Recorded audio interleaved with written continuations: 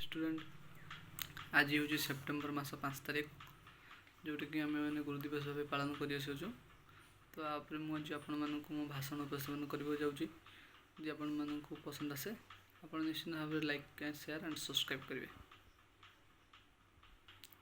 सम्माननीय सभापति महोदय, पूज्यास्पद प्रधान शिक्षक तथा एठारे अन्य उपस्थित थी मोर गुरुजी और गुरुमा बृंद तथा मोर छोट बड़ भाई और भौणी मैंने आपण मैंने समस्ते जानते जे आज हूँ सेप्टेम्बर मास 5 तारिख जो दिन समग्र देश में शिक्षक दिवस रूपे पालन कराए। यहीपरि एक अमृतमय बेलारे किसी कहवाक मत सुजोग मिलू निजक धन्य मन करुँच। प्रथम आम गुरु शब्दर अर्थ कौन बुझा। गुर अर्थ अंधार और रू अर्थ आलोक। अन्य अर्थ जी आम जीवन रु अज्ञान रूपक अंधकार को दूर कर ज्ञान रूपक आलोक आम जीवन को उभासित करते से ही आमर गुरु। ये निरंतर आमको सत्य न्याय मार्ग रे परिचालित होगाकू बारंबार प्रेरणा जोगाई आसी से ही आमर प्रकृत गुरु।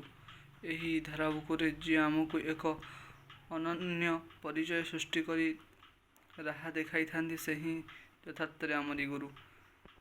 जड़े साधारण मनीष रूप से एक असाधारण देवता अति बड़ी जगन्नाथ दास श्रीमद् भागवत गीता यथार्थ लिखुंट गुरु को नमणिब नर गुरु ही साक्षात ईश्वर।